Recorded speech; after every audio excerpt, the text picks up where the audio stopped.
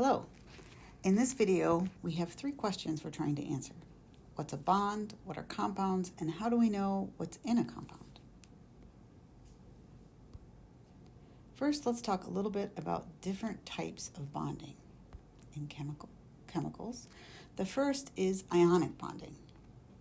So this is where we have an electrostatic attraction between positive and negative ions, drawing them into a 3-dimensional array. Some examples would include things like sodium chloride, ammonium chloride, or iron 3 oxide. This tends to occur when there are large differences in the elements being combined, tendency to lose or gain electrons. So that typically occurs when we have metals combining with nonmetals, right? So we've got sodium combining with a metal, or iron, another metal combining with a nonmetal like oxygen or chlorine.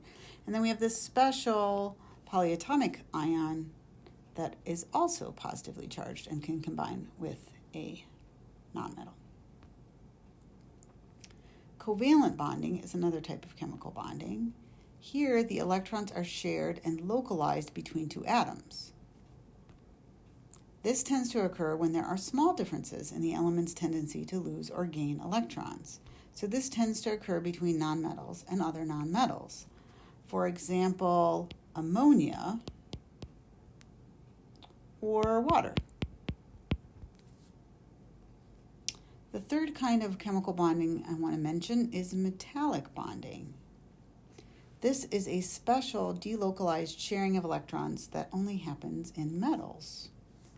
And this occurs because metal atoms are relatively large and their outer electrons are well shielded. By well shielded, we mean that the outer electrons don't feel the pull of the nucleus as strongly, so they're a little more loose. So we can think of metals as kind of a sea of electrons swimming around cores of positively charged metals.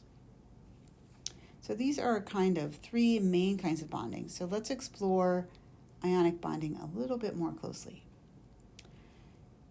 So we said it results from electrostatic interactions. So first we have to make ions to get that kind of electrostatic interaction.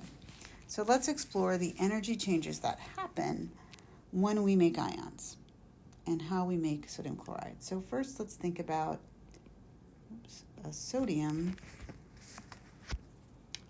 atom in the gas phase. If we wanted to make a sodium ion in the gas phase, right, it would have to lose 1 electron. And this requires energy. In fact, it requires 494 kilojoules per mole of atom energy.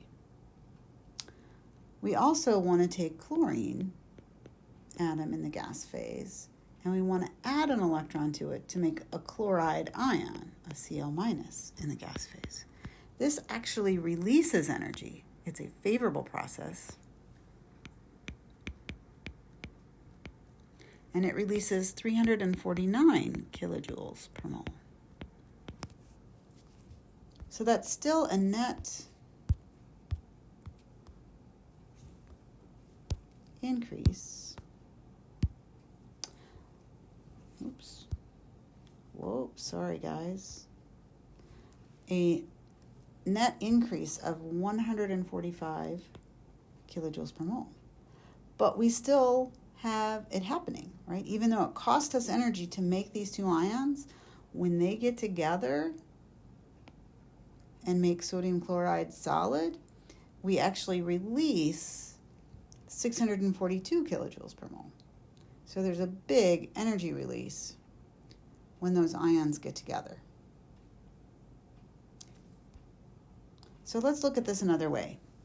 Thinking about electrostatic potential, we can think about our 2 ions, right? So our plus ion could be our sodium ion, and our minus ion could be our chloride ion.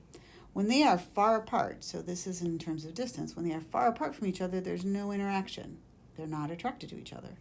As they get closer, they start to get attracted to each other. Negative and positive charges attract each other.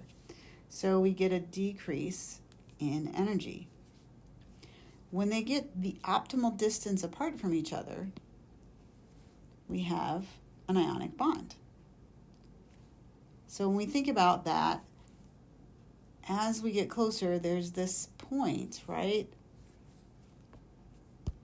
of energy.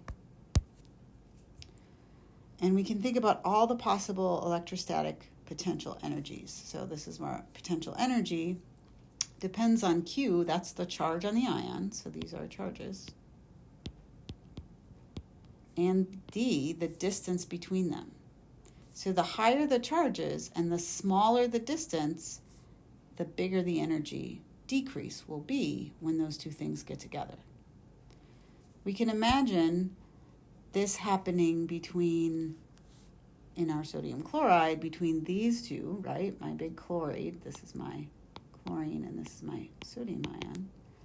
So I can have that interaction happening here, and that's going to be one of the stronger interactions, but this sodium ion can also interact with this one, this chlorine, right? We can have an interaction there.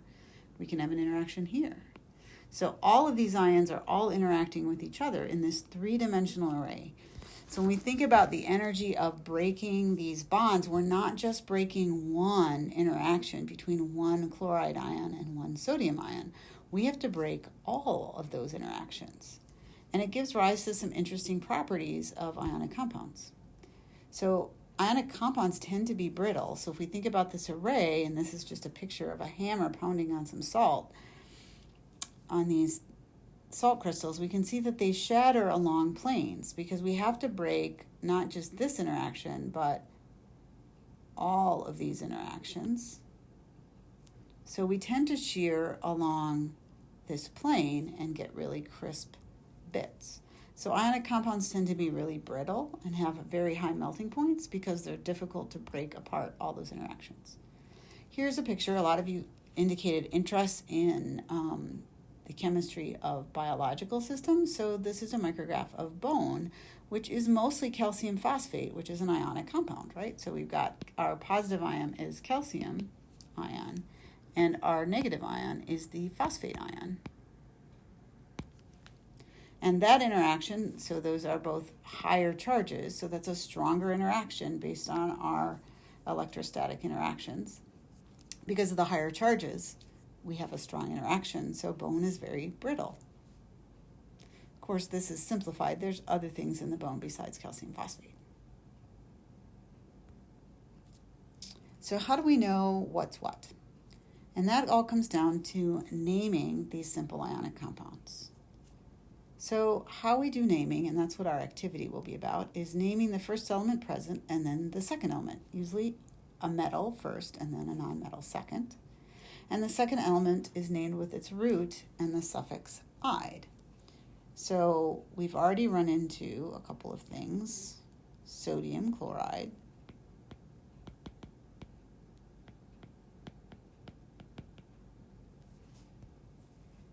And we note that the charges must balance. So if I want to do sodium chloride, and let's compare that to calcium chloride. Calcium has a +2 charge, as we just saw with the calcium phosphate, and chloride has a -1 charge. So we're going to need two of these to balance out the charge. So calcium chloride looks like this, calcium Cl2, to indicate there are two calcium ions for every one, or two chloride ions rather, for every one calcium ion. Similarly, we could think about something like potassium sulfide.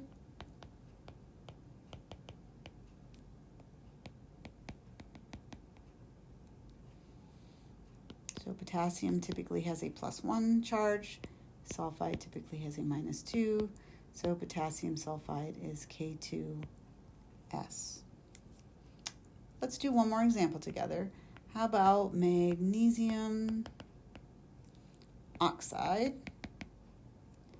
So magnesium is a +2 charge, oxygen is a -2, so we just need one of each. And that's really all there is to naming simple ionic compounds. So here's some hints that'll make this much easier and helpful when you're thinking about naming. First, it's really helpful if you know the names of the elements. So if I have a sample, for example, if I had my potassium oxide, if I knew that K was potassium, makes it a lot easier to name, and that O is for oxygen. So we don't need to memorize where they are in the periodic table. We just need to know what the symbol Fe means iron. CO is cobalt, Ni is nickel, C is for carbon, N is for nitrogen, and so on. So if you memorize or know the names of the first 54 elements, it'll make naming a lot easier as you go through naming. Another thing that's really helpful is to know the common charges for the ion. So this is an overlay of that periodic table. So we see there are some in the main group, remember our main group elements here, where the charges don't really vary, right? Everything in the first column always has a +1. Everything in the second column generally has a +2. -1 for the halogens, -2 for oxygen, sulfur, selenium, -3 for nitrogen and phosphorus. We do see some variable charges here in the center in the transition metals, because transitional metals are more fun and they can do various things. So we can see, for example, that iron can either be a +2 or a +3. So it's helpful to know that these are the common charges. And in the naming activity, we'll talk about how we communicate which kind of iron, since there's more than one charge. The other thing that you'll find really helpful is to know the names of common polyatomic ions. So these are ions that occur a lot and come up in a lot of different compounds. So we already met this ammonium ion in the first slide. Ammonium is NH4+, right? So we had ammonium chloride as one of the compounds we gave as an example of a ionic compound. Hydronium ion is very common. So there's not a lot of polyatomic cations to worry about, but there are several polyatomic anions to keep track of, and most of them are the ions of acids. So in the naming activity, you're going to go through where these get their names. But these are the most common, and you should the easiest thing really is to just memorize the names of these ions, and it'll make naming a lot easier for you. And that's it.